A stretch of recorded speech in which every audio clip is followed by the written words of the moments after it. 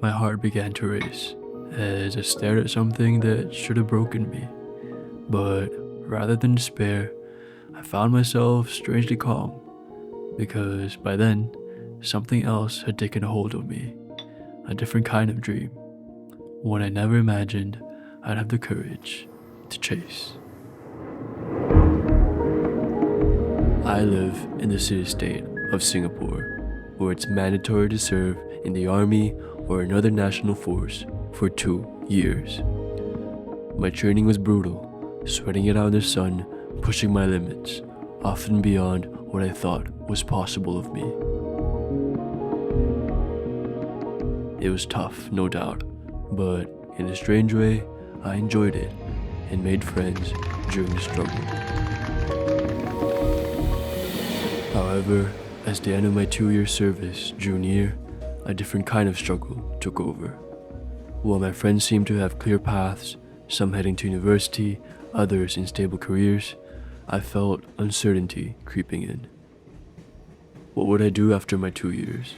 The thoughts of my future, of what I was supposed to be, came crashing down.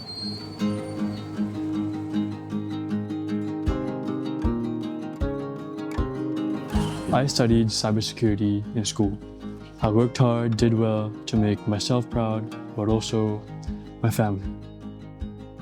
With a decent portfolio of projects, I applied to university. After trying my best at each interview, I felt good and confident in my chances.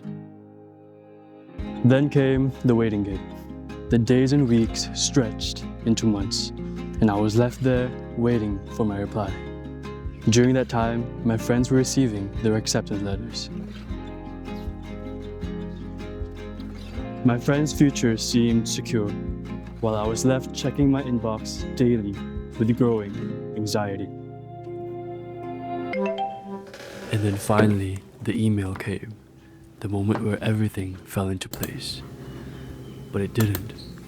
I was rejected in big, bold letters. I should have felt devastated, maybe spent my days sobbing, questioning my worth, wondering why I'd worked so hard only to be turned away. But that's not what happened. Because while I was waiting for my university letters, something unexpected had been happening. I'd been posting videos on YouTube, experimenting with filmmaking and content creation. It started out as a hobby, a way to pass time, but soon enough, I noticed that I began to love what I was doing. And to my surprise, I wasn't the only one who appreciated my work. People started watching, liking, and even commenting on my videos, giving me encouragement from the get-go. I wasn't just a university reject anymore. I was becoming a creator. However small, I had a voice, a space and a place I never envisioned myself in. I realized that rejection might not be the end, but maybe the beginning of something bigger. Maybe I wasn't ready for university, at least not in the conventional sense. When I told my parents I wanted to take a year off to pursue YouTube, I was nervous. In a traditional Asian household, education and career are non-negotiables. What were your initial dreams for me when I was young? Actually, I thought you'll become a lawyer because you're a good debater, and you said last time that you want to be a lawyer. What do you call this? It's what you want, so I just support what you want. At your age, I was at the peak of my career that time. But then suddenly I met your dad. I got pregnant at an early age of 24. I gave birth at 25. But I don't have any regrets. And last question, are you proud of me? Very proud. I didn't expect it, but my parents were incredibly supportive. They'd seen the work I was putting into my videos and was proud of me. It gave me the courage to take the leap and give content creation my full attention for a year to see where it leads.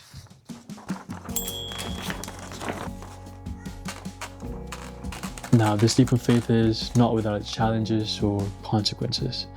There are days where I question myself, question my value, question the content I'm putting out there, or question if I'm even on the right path. But anytime I see your messages or comments or cite me as your personal inspiration to make a YouTube channel and create content, it makes me remember why I chose to do this, why I chose this path. It makes me remember my why. It's surreal to see how my work, which started out as a personal creative hobby, is now sparking creativity in others. I'm not here to tell you that I have it figured out, because in truth, I don't have it figured out.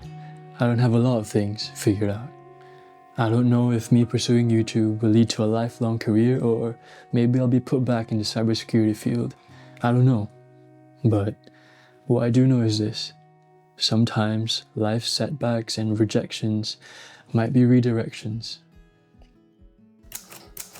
That rejection letter felt like a dead end at the time, but looking back, it was exactly what I needed to realize what I truly wanted. Chasing your dreams takes guts. It means trusting the path you're on, even if it's not the one you planned. This is the start of my journey. This is my day one, and I hope you stick around for the ride. No matter where it takes me, I know that chasing this dream has been one of the most fulfilling things I've ever done. And as for you watching this video, if there's something you've been putting off, something that's telling you to fulfill a passion, but telling you not to because it might be impractical or risky, maybe it's time for you to take your own leap of faith, because you might never know where it might lead. We could fall asleep where the land and ocean meet. Wake up to the sounds of no one around.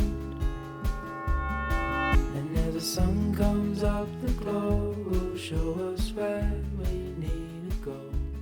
All this waiting so frustrating, let's just drive.